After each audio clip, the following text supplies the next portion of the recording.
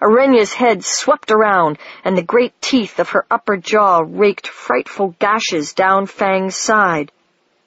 Nita pulled herself out of her roll just in time to see something else hit Arenya. Kit's huge bulk, slamming into her with such force that she was knocked straight into the side of Karen Peak. She screamed. The water brought back echoes of the sickening sound of her impact. And then she was fleeing, out of the wizard light, past the boundaries of the protective spell, out into the darkness past the peak. The celebrants stirred about in terrible confusion while Sri hurried to Fang's side and examined him. Nita stroked over quickly and brushed Fang's good side very lightly. One of those merry eyes, now slightly less merry, managed to focus on her. "We need you, Silent One," Fang said. "We do," Sri said. "These wounds aren't deep, but they're bleeding a lot, and the Master Shark's about. I've got to handle this. Meanwhile, we're shy the Grey Lord, and I don't think she's going to come back and take back what she said. Kit, are you willing?" Nita looked swiftly behind her.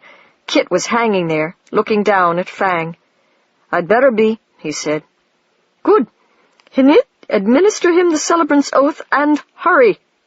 Sri turned away from them and began one of the faster healing spells. "Kit, are you sure?" "Get going," he said. She led him through the oath. He said it almost as quickly as Hotshot had, tripping in only one place. "And I shall weave my voice and my will and my blood with theirs, if there be need." He was looking at Nita as he said that, and the look went right through her like a spear. "Done," Sri said. "Fang, mind that side. The repair is temporary. Swiftly now. Everyone circle. We can't afford a delay. Kit, from... No, I must think." They sang, and if the song had been frightening before, it was becoming frantic now. Underneath them all, the celebrants could feel some malicious force straining to get free. Nita watched Kit closely. He didn't rehearse any of this stuff, she thought. What if he slips? But Kit sang what remained of the Grey Lord's part faultlessly. He had laid himself wide open to the sea, and was being fed words and music directly. Nita felt a lump in her throat, that reaction humans shared with whales, at the perfect clarity of his voice. But she couldn't stop worrying. If he's this open to the sea, he's also open to that other. And that other was working on him. Kit was beginning to tremble as the second part of the Grey Lord's rebuff came to an end. The soundless voice, when it spoke for the last time, was all sweet reason. "Strength is no use. Give over the vain strife that saves no one, keeps no old friend alive, condemns the dear to death. Take but my gift and know long years that end not, slow-burnt days under the sun and moon, not for yourself alone, but for the other." "No," Nita said, a mere whisper of song. Kit looked at her from the heart of the circle, shaking. In his eyes, and the way he held his body, Nita read how easy it would be for him to desert the song after just these few lines, destroy it, knowing that Nita would escape alive. Here was the out he had been looking for. "No," she tried to say again, but something was stopping her. The malice in the water grew, burning her. Kit wavered, looking at her, then closed his eyes and took a great breath of air from the spell and began singing again, his voice anguished, but still determined. He finished the last verse of the Grey Lord's rebuff on a note that was mostly a squeak and immediately turned to Sri, for the next part would be the group singing, the battle. Sri lifted her head for the secondary invocation. The ocean floor began to shake, and Nita suddenly realized that it wasn't just the lone power's malice burning all around her. The water was heating up. "Oh, see about us, no!" Sri cried. "What now?" "Sing!" came a great voice from above them. A rune had lifted out of the circle, was looking into the darkness, past the great pillar of Karen Peak. "For your lives, sing! Forget the battle! Hinit! Quickly!" She knew what he wanted. Nita took one last great gulp of breath, tasting it as she had never tasted anything in her life, and fluked upward out of the circle herself, locating one of the sharp outcroppings she had noticed earlier. A flash of ghostly white in the background. Good, she thought. Ed's close. "See, hear me now," she sang in a great voice, "and take my words and make them ever law. Nita! Hinit, look out!" The two cries came from opposite directions. She was glancing toward Kit, one last look, when something with suckered arms grabbed her by the tail and pulled her down. The moments that followed turned into a nightmare of thrashing and bellowing, arms that whipped at her, clung to her, dragging her inexorably toward the place where they joined, and the wicked beak waited. No one is coming to help me, Nita realized, as she looked down into that sucking mouth. The water was full of screams, and two of the voices she heard were those of sperm whales. Two. She thrashed harder, getting a view as she did so of Sri fleeing before a great gray shape with open jaws. Arenye. And coming behind Arenye, a flood of black shapes, bigger than any the celebrants had had to handle in Hudson Canyon. She's sold out, Nita thought miserably. She's gone over to the lone one. She came back and broke the circle and let the Krakens in, and everything's going to go to hell if I don't...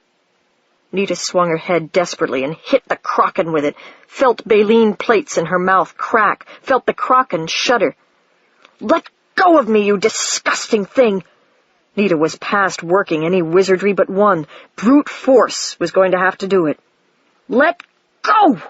She slammed her head into the Kraken again, sideways. It let out a shrill, painful whoop that was very satisfying to her. "Your eye's sensitive, huh?" she thought. "One more time." She hit it again. Something soft gave under the blow, and the Kraken screamed. Nita tore free of the loosening arms and swam upward, hard and fast, heading for her sharp outcropping. The whole area around the base of Karen Peak was boiling with Kraken, with celebrants fighting them and trying desperately not to be dragged out of the boundaries of the protective spell. The bottom was shuddering harder. Hot water was shimmering faster and faster out of the vent. "It's got to be stopped," Nita thought. "Kit," she called, looking around hurriedly. "There's just time enough to say goodbye." Two things she saw. One was that ghostly white shape soaring close by, bolting down the rear half of a Kraken about the size of a van and gazing down at her as it passed by. The other was Kit, turning away from a long, vicious slash he had just torn down Arenye's side, looking up at Nita and singing one note of heart-tearing misery, not in the speech, not in the human-flavored wail he had always spoken before, but in pure wail. "Oh, no! He's lost language!" Nita's heart seized. Sri had said that if that happened, the whale sark was about to be rejected by Kit's brain. Unless something was done, it would leave him human again, naked in the cold, 3 miles down. That thought, and the echoes of Kit's cry of anguish, suddenly meant more to Nita than any abstract idea of 10 million deaths. And in that second, Nita came to understand what Carl had been talking about. She wheeled around and stared at the outcropping, then chose to do, willingly, what she had thought she'd no choice but to do. The triumph that instantly flared up in her made no sense, but she wouldn't have traded it for any feeling more sensible.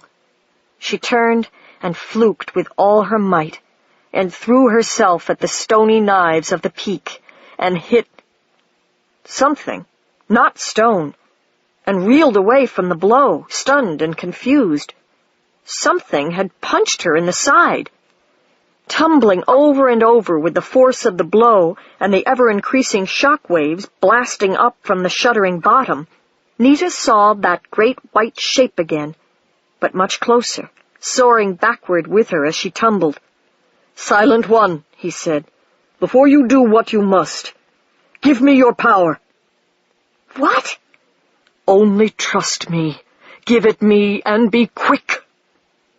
Nita could hardly react to the outrageous demand. Only with Kit had she ever dared do such a thing.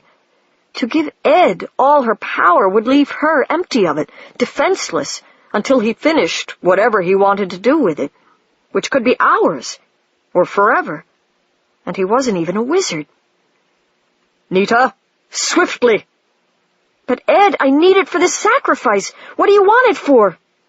"To call for help," Ed hissed, arching away through the water toward Arenya and Kit, who was still fighting feebly to keep her busy and away from Nita. "Sprat, be quick and choose, or it will be too late." He dove at Arenya, punched Kit out of harm's way, and took a great crater of a bite out of Arenya's unprotected flank. Arenya's head snapped up and around, slashing at Ed sideways. He avoided her, circled in again. "Nita!" To call for help? What help? And even for Ed, to give up her power, the thing that was keeping her safe, and was also the most inside part of her. "Read the fine print before you sign," said a scratchy voice in her memory. "Do what the knight tells you. And don't be afraid to give yourself away." "Ed," Nita sang at the bloody comet hurtling through the water. "Take it!" And then she cried the 3 words that she had never spoken to anyone but Kit, the most dangerous words in the speech, which release one's whole power to another. She felt the power run from her like blood from a wound. She felt Ed acquire it and demand more as he turned it toward the beginning of some ferocious inner calling, and then, when she felt as empty as a shell, Ed shook himself and dived toward the lava again, driving Arenya away from Kit. Arenya refused to be driven. Swiftly she turned, and her fangs found Ed's side, scoring a long, deep gash from gills to tail. The master shark swept away from Arenya, his wound trailing a horrid, boiling curtain of black blood smoke in the failing wizard light. Nita flailed and gasped with exertion and got air from the protective spell, much to her surprise. She was still in whale shape. "I'm stuck in it, I bet," she thought, "till I get the power back. What in the world's Ed doing?"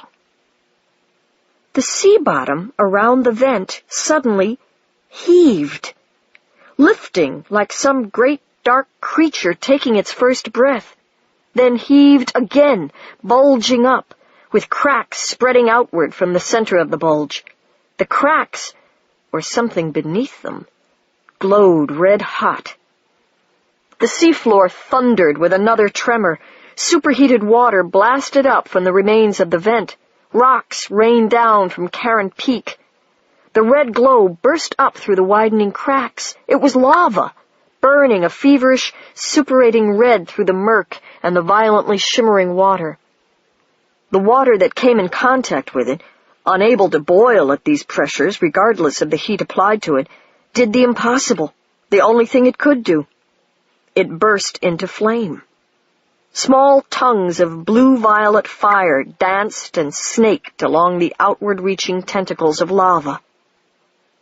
The wizard light remaining in the water was a failing, sickly mist. Karen Peak shook on its foundations. The celebrants were scattered. Nita swam desperately upward, trying to do what she saw Kit doing, get safe above the roasting heat of the seafloor. All the bottom between her and the peak was a mazework of lava-filled cracks, broken stone floating on the lava, and violet fire. Under the stone, under the lava, in the depths of the great crack that had swallowed the vent, something moved.